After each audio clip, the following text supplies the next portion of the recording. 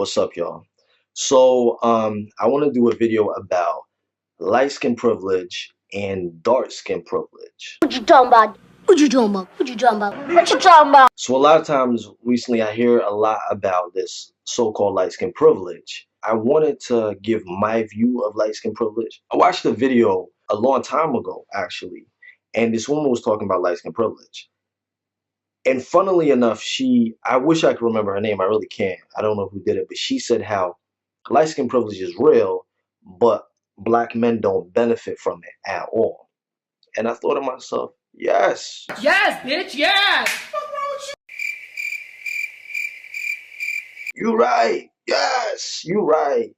We don't benefit. And I never really thought about it again. So what if I told you light skin privilege is real, but it only benefits black women or mixed biracial women, and dark skin privilege is real, but it only benefits black men, not black women?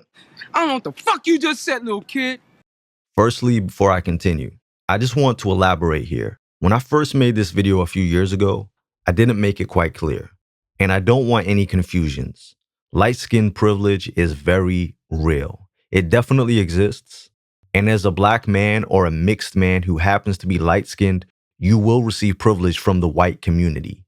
This is about proximity to whiteness by having lighter skin and white people's inherent hatred of dark skin and a ploy to creating further division amongst black people.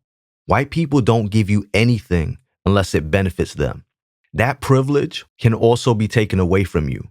At any moment, they can retract this privilege. Because yes, light-skinned black people do suffer from racism and get killed by police too. But I'm not talking about privilege within the white community. In this video, I'm talking about privilege within our own community, a hierarchy structure within the black community. I'm not talking about white people at all here. In the black community, dark-skinned black men are placed at the top of this hierarchy. That says they are the leaders of the black community. They decide who's black, who's not black. They are the gatekeepers of blackness, who gets respect or not. They decide what's deemed as masculine or feminine. Light-skinned women are placed underneath them as they are placed on a pedestal in the black community primarily by black men. They are told that they are beautiful, feminine, princesses, damsels in distress. Light-skinned men are then placed underneath light-skinned women as they are inferior, weak, effeminate men. They're beta males. They're not the alpha males of the black community like dark-skinned black men. Most of the time, they're not even seen as black. And then dark-skinned women are placed at the very bottom. They're told they are ugly, not worthy, hypermasculine, aggressive. They receive the worst backlash from all of the hatred, colorism, misogyny, sexism, and that's in the black community. However, outside of the black community, in the white community, for example, it's slightly different. This time, light-skinned women are placed at the top of this black hierarchy for privilege.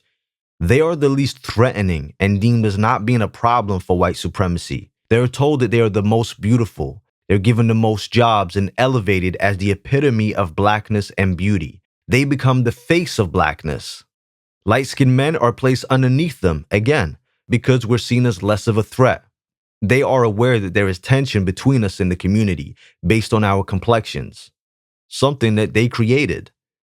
Then you have dark-skinned black men. They're placed beneath light-skinned men, since they're seen as aggressive, unless it's for sexual fetish purposes. They're also seen as the leaders of the black community, so of course the white man seeks to oppress them more and keep them subjugated. And then again, in this hierarchy, black women are placed at the bottom. They are the biggest victims of racism, colorism, misogyny, sexism, oppression. They pretty much get the short end of the stick in both hierarchy structures.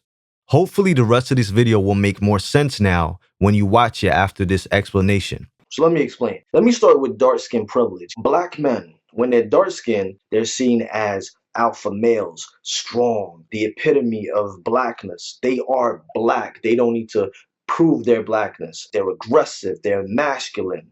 All of these traits that just make them these alpha males. Damn, homie, like you went through a cheese grater. Oh, snap, you Luke. Ah!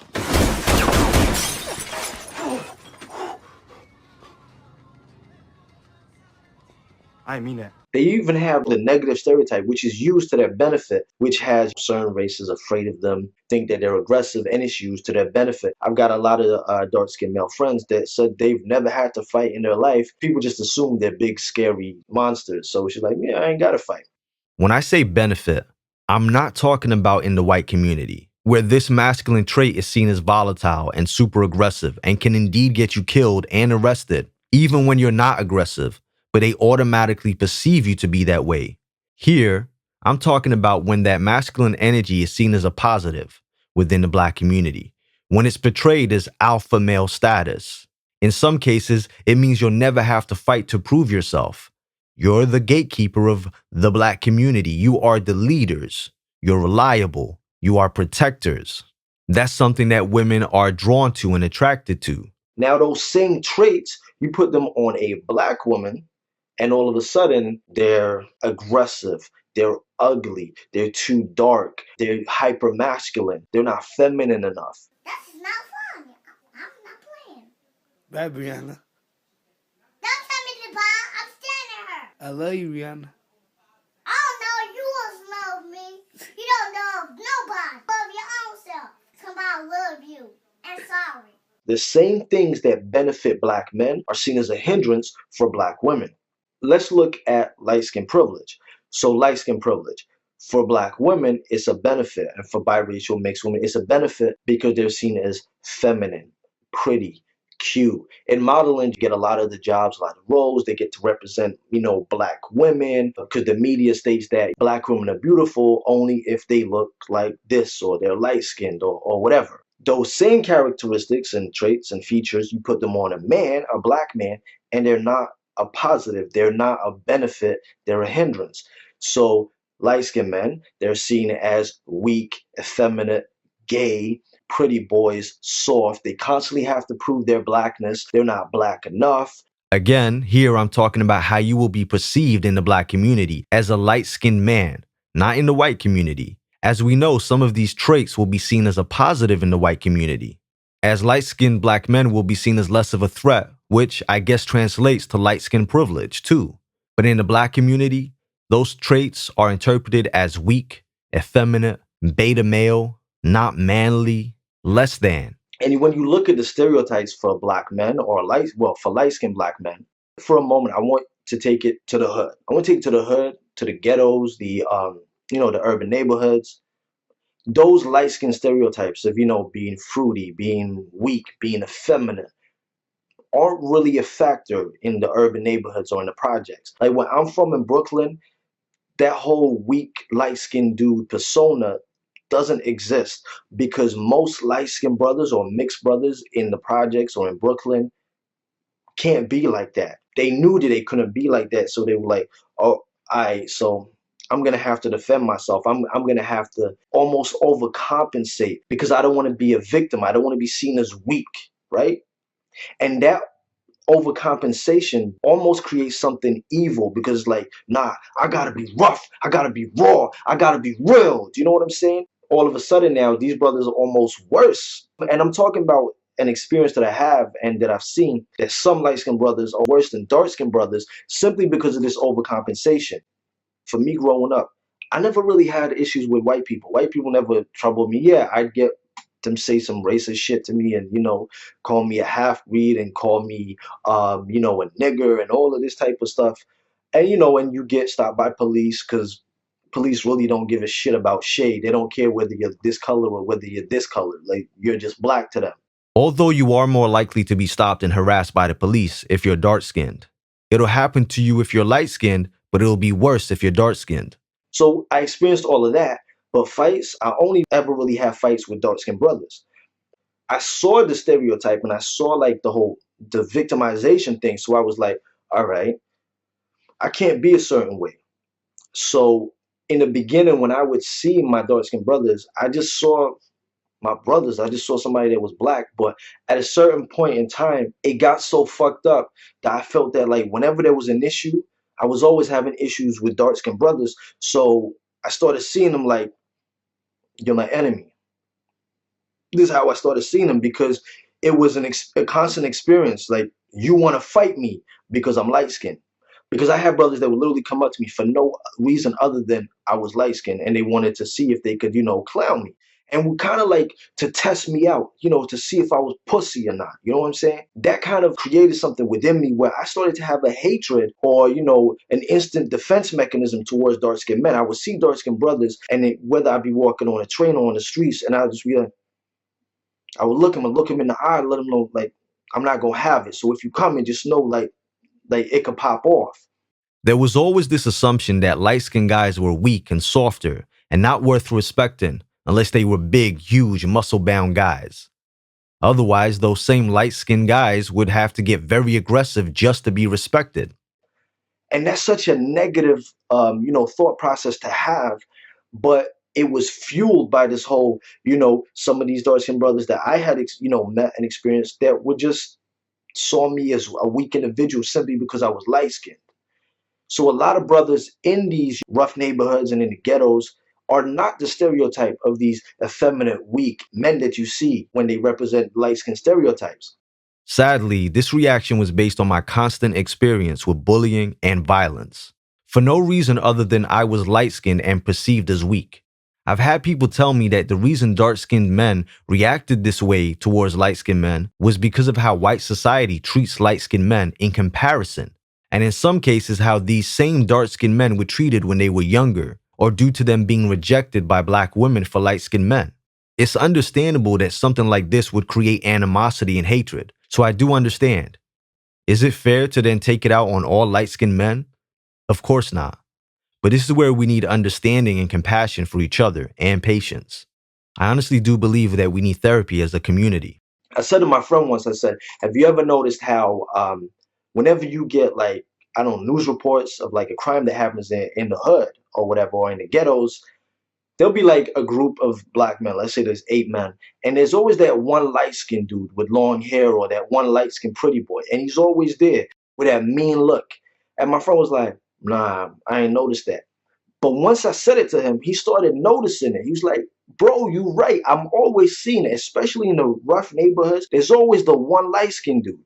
I did a live broadcast once to all the people watching. I said, if you're from projects, the hood, ghetto neighborhoods, the light-skinned brothers and the mixed brothers, do they fit this light-skinned male stereotype? They all said no. They're like, no. A lot of sisters were actually said they're worse than the dark-skinned brothers they know. And when I explained, the reason why, they kind of got it and they understood it. So that colorism thing is a fucked up thing. What it's creating is something evil and demonic. The whole privilege aspect, there is no privilege in being light-skinned for a man. Remember, we're talking about in the black community. There is privilege when you're out in the white world, at work, and around police. But when you're in the black community, nope, no privilege. Okay? So some brothers have said to me, well, yeah, of course you do. You get preferential treatment from women, especially black women. They prefer light-skinned black men or mixed black men.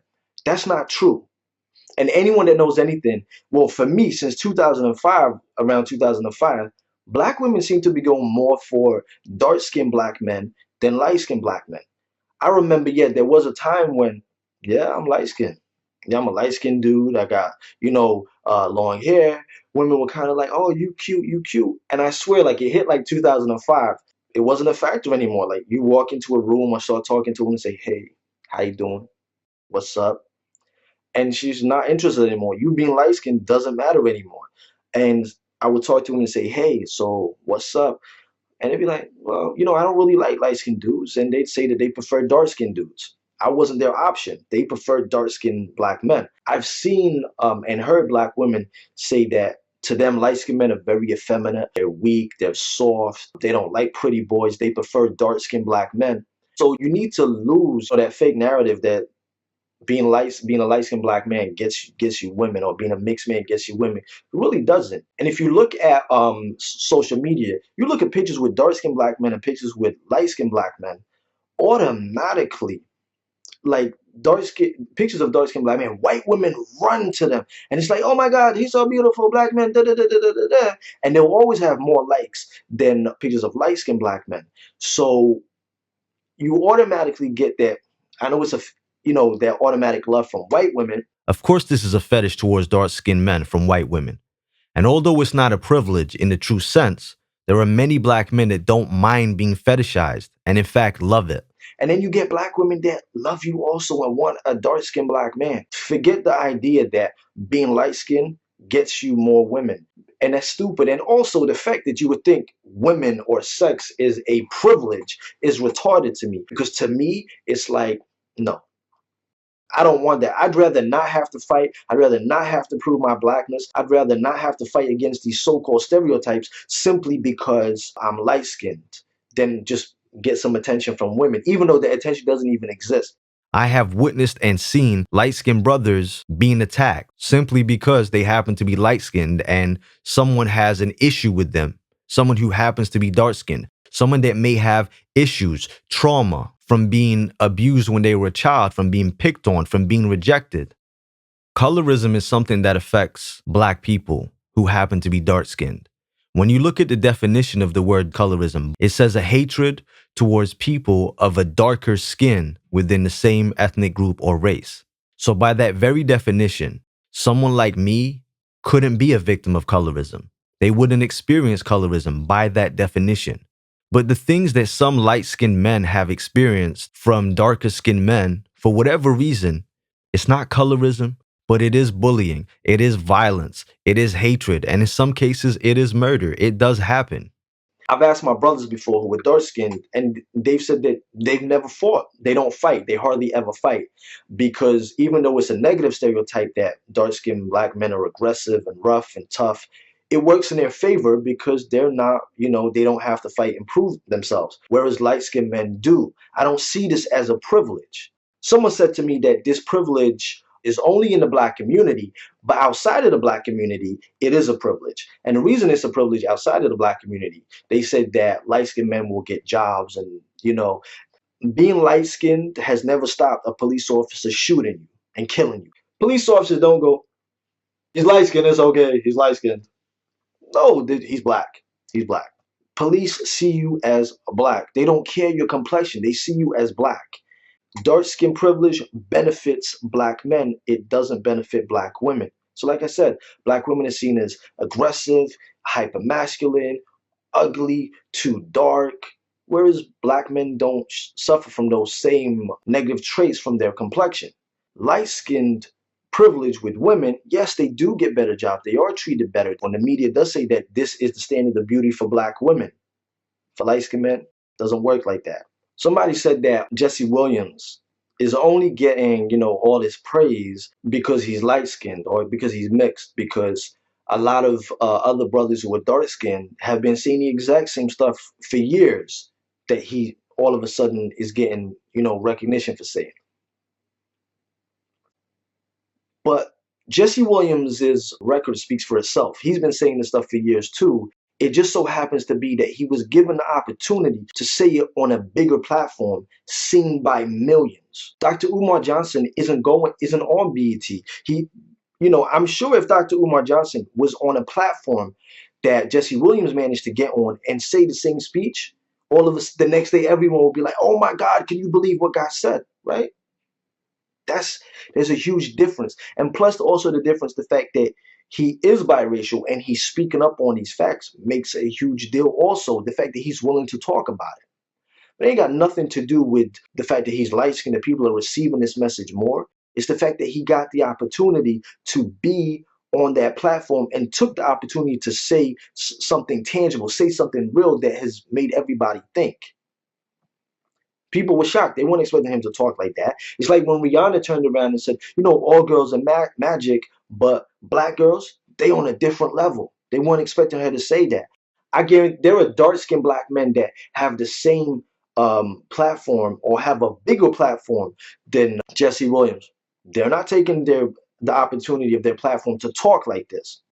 So we have to appreciate when a brother is talking like that, irrespective of his complexion. I've heard people say that there's biracial privilege. And I think biracial privilege works in the exact same way. If you're a woman, again, biracial privilege, light-skin privilege, the same kind of concept.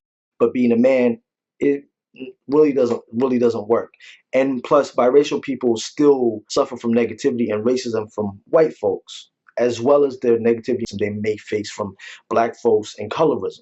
Comment your thoughts. Light skin privilege is a benefit to Black women, and dark skin privilege is a benefit to Black men. But light skin privilege is not a benefit to Black men, and dark skin privilege is not a benefit to Black women. So comment your thoughts. Peace, love, and coconut oil. Hey man, that's racist. Please remember that from now on, brand new never before seen videos, as well as live streams, will only be available on my website, ikyg.com, via a Patreon subscription. ikyg.com is a Black-owned, Black-ran platform, 100% free from censorship. It's the only place where we don't have to worry about what we say and expressing ourselves. Make sure you check out the description and the comment section for important links, as well as information in video form that shows you what benefits you get when you support the site and join my Patreon. If you enjoyed this video and want to see more, then don't forget to subscribe and be notified every time I upload a video. For exclusive content and perks, check out my Patreon. This is where we have private live streams, group chats, live Q&As, live phone calls, and open topics. This is a safe space where you can interact with other like-minded people, make friends, send each other direct private messages, and so much more without any trolls. And yes, you get to use GIFs and images in the live chats. So what are you waiting for? This is a completely independent website, free from censorship. If you'd like to make a donation towards the site so we can continue to put out the truth without fear of being silenced, then please hit that donation button. It's greatly appreciated. Check out the rest of the site for videos, private and public live streams, find out all the tea, and make sure to utilize the Black Money section of the website. Advertise your business absolutely free to people that look like you, free forever. And don't forget to follow me on Instagram and Twitter at angel_IKYG.